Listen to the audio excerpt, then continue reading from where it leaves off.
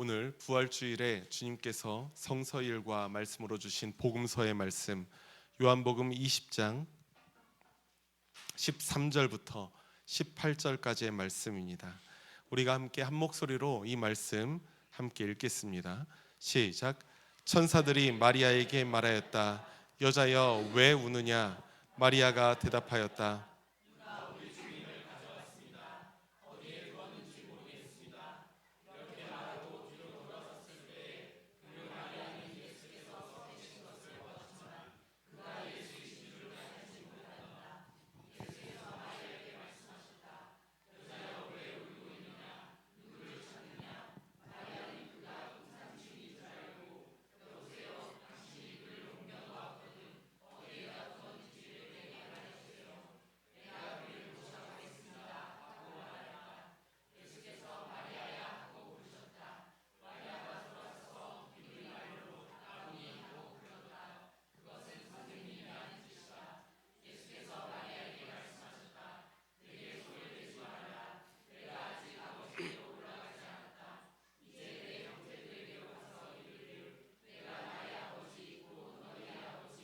나의 하나님 곧 너희의 하나님께로 올라간다고 말하여라.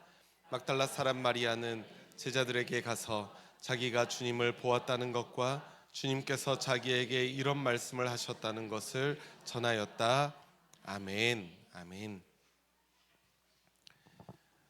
할렐루야. 할렐루야. 죽음을 이기시고 죽은 자 가운데 부활하신 우리 예수 그리스도의 생명의 은총이 우리 사랑하는 모든 초록교회 신앙가족 여러분들과 함께 이 자리에서 함께 예배하는 모든 형제 자매 여러분들에게 가득 넘치시기를 주님의 이름으로 축원합니다. 지난 한 주에 우리 초록교회에는 특별 새벽 예배가 있었습니다. 고난주간을 맞이하여서 우리 교회에서 1년에 한 번, 단 한 번 진행되는 특별 새벽 예배죠. 그 시간 함께 예배하고 성서일과 말씀을 읽고 또 간절히 기도하는 시간이 저는 참 좋았습니다. 저 개인적으로도 영적으로 큰 힘이 되었던 시간이라고 말씀드릴 수 있을 것 같습니다. 그런데 또 좋은 시간이 저에게는 있었는데요. 저 개인적으로 금식을 했었던 금요일 아침을 제외하고서는 매일 아침 새벽 예배를 마치고 새벽 예배에 함께 참여하셨던 모든 분들과 함께 우리 교회 공식 단골 식당이 하나 있어요. 콩나물 국밥집이 하나 있는데 그 국밥집에서 매일 아침 맛있게 아침 식사를 했던 경험이었습니다. 저는 고난 주간에 매일 아침마다 오전 금식을 다 같이 하는 교회는 많이 알고 있는데 매일 아침마다 모든 교우가 함께 고난 주간 기념 폭식을 하는 교회는 또 처음 봤습니다. 네. 매일마다 똑같은 메뉴를 먹었는데도 어쩜 그렇게 맛있을까요? 그게 그렇게 맛있던 거는 그 식당의 국밥이 맛있어서이기도 하지만 너무나도 좋아하고 사랑하는 우리 신앙 가족들과 함께 식사하였기 때문이라는 생각도 저에게는 듭니다. 하루하루 또 그 시간 우리 함께하는 교우분들을 섬기고 또 국밥을 사주시는 손길들도 있으셔가지고 더더욱 좋았습니다. 저는 얻어먹기만 한 것도 아니에요. 저도 한번 샀습니다. 네. 저에게는 그 시간이 참 귀했는데요. 우리 주 예수님의 십자가가 그렇게 신앙 공동체를 하나 되게 하기 위한 그러한 연결고리 아니겠습니까? 그리고 그 십자가는 부활과 뗄래야 뗄 수가 없는 것입니다. 십자가와 부활이 하나의 놀라운 신비로 인해서 우리 신앙 공동체가 하나가 됨을 믿습니다.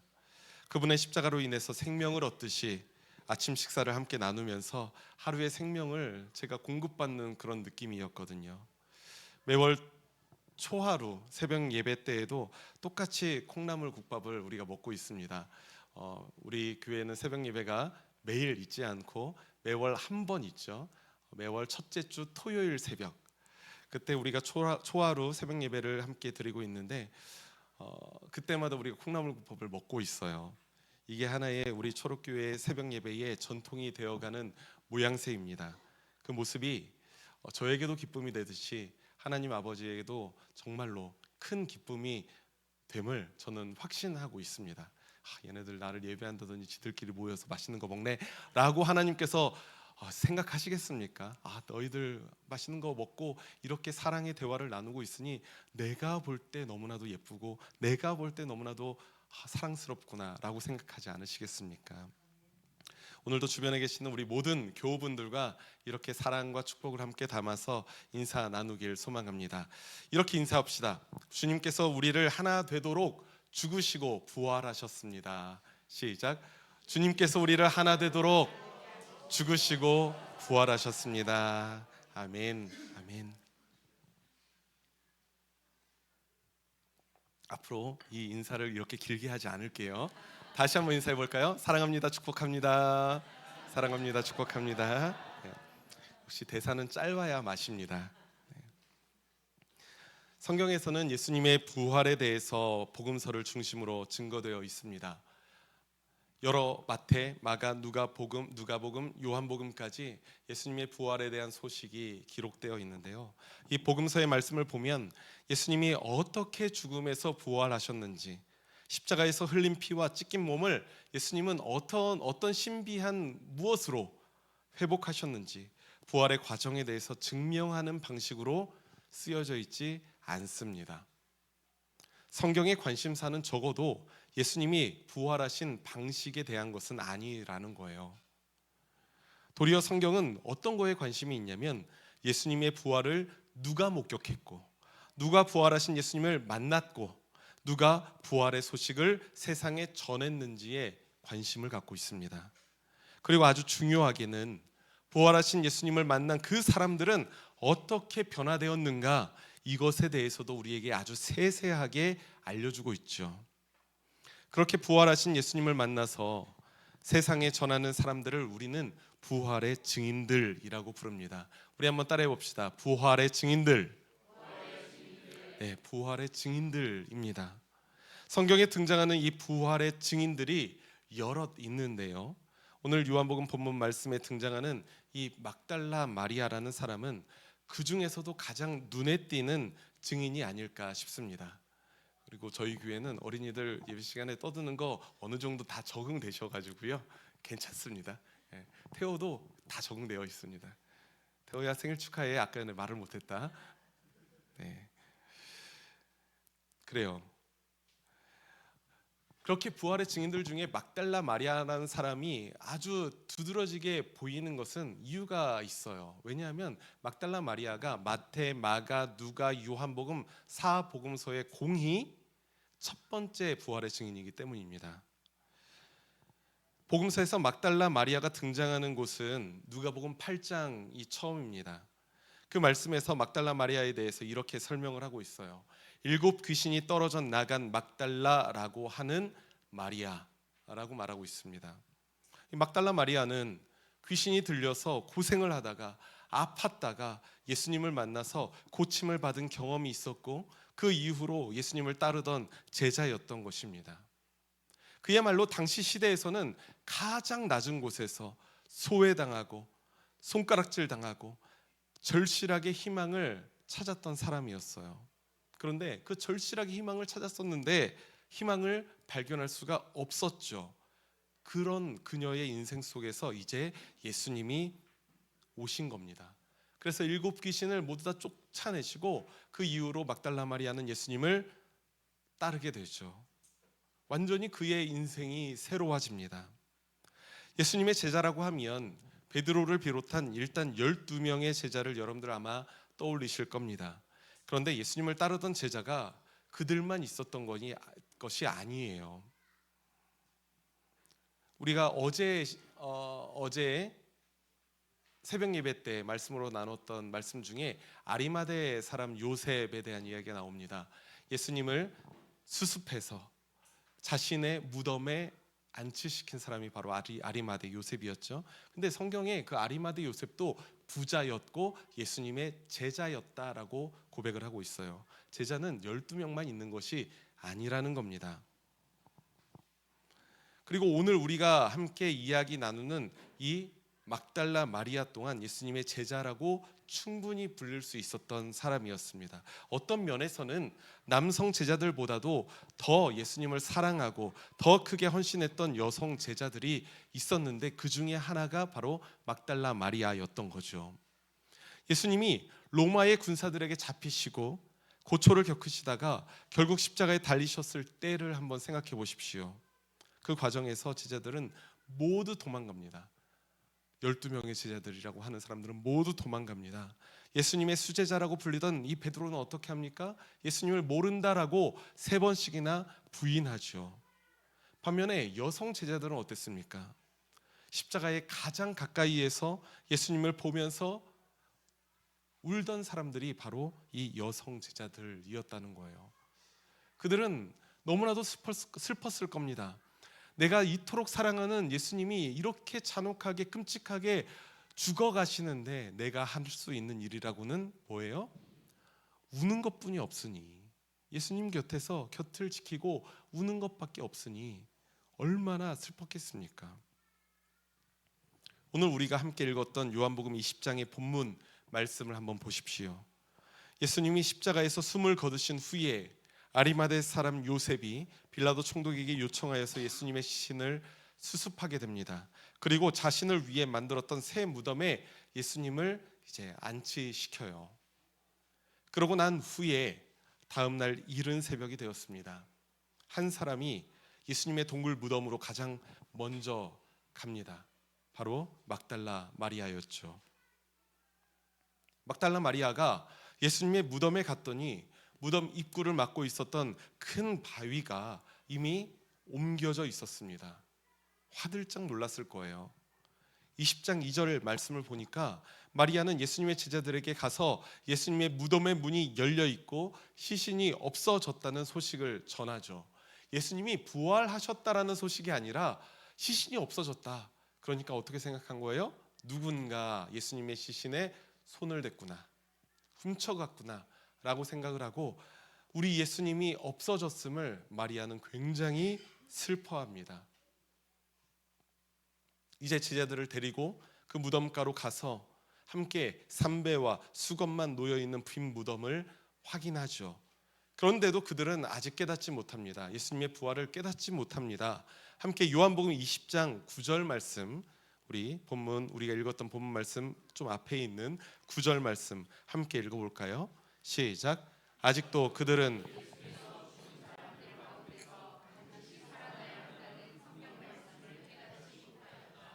아멘. 아직도 깨닫지 못했습니다. 베드로도 마찬가지고요. 막달라 마리아도 마찬가지예요. 아직 예수님의 부활을 깨닫지 못했던 제자들은 다시 있던 곳으로 돌아갔으나 막달라 마리아는 조금 달랐습니다. 자신이 너무나도 사랑하는 예수님이 사라지셨으니까 슬픈 마음을 진정할 수가 없었는지 예수님의 무덤가에서 하염없이 울고 있었어요. 그러다가 그곳에서 주님의 천사를 만나게 되죠. 그리고 부활하신 예수님도 함께 만나게 됩니다. 예수님께서는 막달라 마리아에게 자신의 말을 제자들에게 전해달라고 요청하시고 마리아는 그 말씀에 순종하여서 그 말씀을 전하고 자신이 만난 부활하신 예수님을 증거하게 됩니다. 부활의 첫 증인으로 세워지게 되는 것이죠. 마태, 마가, 누가, 요한복음 이 사복음서에서 모두 그녀가 부활의 첫 증인이라고 기록하고 있는데요. 그 이후로도 막달라 마리아는 예수 그리스도의 부활의 복음을 세상에 증거하는 복음의 전수자의 사명을 잘 감당해냅니다. 또 여러분들이 오해하실까봐 짚고 넘어가자면 요한복음에서는 막달라 마리아 한 사람이지만 나머지 공관복음에서는 세 사람이죠. 세 여인이 함께 가게 됩니다. 다 기억하실 줄 믿고 넘어가도록 하겠습니다. 오늘은 우리가 막달라 마리아에 대해서 초점을 맞추는 날이니까. 그 이후로도 막달라 마리아의 인생에 대해서 여러분들 궁금하지 않으십니까? 예수님을 그토록 따랐던 부활의 첫 증인인데 초대교회의 고대 문서들을 한번 살펴보면 그의 행적이 기록되어 있는 곳이 있습니다. 초대교회에서는 막달라 마리아가 어떤 제자들보다도 어떤 사도들보다도 더 권위 있는 사도로 인정받게 돼요. 대단히 높은 곳에서, 계급은 아니지만 대단히 많은 사명을 감당하는 직무로 쓰임받게 된다는 겁니다. 그리고 어떤 문서에서는 막달라 마리아가 베드로와 선교에 대해서 언쟁을 벌이는 장면도 기록되어 있는 곳도 있습니다. 무슨 말이에요? 베드로와 독대하여서 의견을 나눌 정도의 위치로 인정받게 된다는 거예요. 어마어마하지 않습니까? 저는 막달라 마리아라는 여성 제자가 성경에서 예수님 부활의 최초의 증인으로 기록되어 있는 것, 그리고 초대교회에서 복음의 사도로 평생토록 살아갔던 것, 그것이 기독교 복음이 가지는 어마어마한 혁명성을 보여준다는 생각을 하게 됩니다. 한 여인이 그러한 영향력을 갖기란 정말로 불가능한 사회였거든요. 그런데 복음 안에서는 그게 가능한 거예요. 사도행전 말씀에서는 또 어떤 이야기가 있습니까? 너무나도 박해를 피하면서 힘겹게 살아가던 그리스도인들이 각자의 모든 것들을 서로와 통용하는 장면이 나오기도 합니다. 불가능한 거잖아요. 그런데 복음 안에선 그게 가능하다는 거예요. 그러나 주님은, 그리고 성경은 막달라 마리아를 통해서 예수가 너무나도 절실해서 십자가와 무덤까지 그를 따랐던 소외당하고 부족한 사람들이 복음 안에서 다시 새롭게 쓰임받는 희망을 보여주십니다. 저는 이것이 우리들에게 주는 정말 놀라운 희망이 된다는 생각을 합니다. 우리들의 삶을 온통 바꿀 수 있는 놀라운 혁명성이 된다고 생각을 합니다. 이제는 예수님의 부활과 함께 약하고 부족하고 소외당한 사람들, 아픔으로 절망 가운데 떨어져 있는 사람들, 그들이 하나님 나라의 역사에 동참할 수 있다는 그 모델이 바로 우리는 막달라 마리아를 통해서 발견할 수가 있다는 거예요. 제가 아까 전에 우리 교회에서는 어린이부 친구들과 본문을 똑같이 비슷한 내용의 아이들에게 맞추어진 설교를 하니까 이 본문을 여러분의 아이들과 함께 나누었었는데요. 아이들 얼마나 어리고 연약합니까? 무얼 하나 자신이 할 수 있다고 말할 수 있는, 자신할 수 있는 아이가 몇 있겠습니까? 하지만 그 아이들을 통해서도 하나님의 나라를 일구어 가시는 분이 바로 우리 하나님이신 줄 여러분들 믿으시기 바랍니다. 그것이 바로 부활의 능력입니다. 사랑하는 우리 초록교회 신앙가족 여러분, 제가 가끔씩 우리나라에 대해서 생각할 때에 우리나라에 꼭 없어져야 하는 문화가 있다고 생각하는 게 하나 있는데요. 그 중에 하나가 바로 엘리트주의입니다. 우리나라가 더 좋은 나라가 되려면, 더 잘 살려면 어떤 사람이 좀 힘을 써야 돼요? 더 부유하고 더 권력이 있고 더 똑똑하고 더 계급이 높은 사람이 이끌고 가야 한다고 생각을 하는 거예요. 그래서 기본적으로 우리나라 사람들에게는 계급주의가 장착이 되어 있습니다. 나보다 더 높은 사람이. 그런데 돌이켜 생각해 보면 바로 그런 이 사회의 엘리트들이 득세할 때마다 우리나라가 점점 부패와 타락의 수렁으로 빠져들지 않았습니까? 지금도 우리나라에서 헌법을 가장 잘 알고 있다는 정치인들, 판사, 검사, 변호사들이 사회의 지도자 노릇을 하고 있는데 과연 무엇이 그토록 좋아진 것인지 의문이 들지 않을 수가 없죠. 그런데 이게 중요한 게 아니라 사회에만 엘리트주의가 있는 게 아니라는 거예요. 신앙생활에도 엘리트주의가 있는 것을 우리가 보게 됩니다. 나는 너무 부족해서 이런 헌신 못해요. 나는 한 번도 해본 적 없어서 못해요.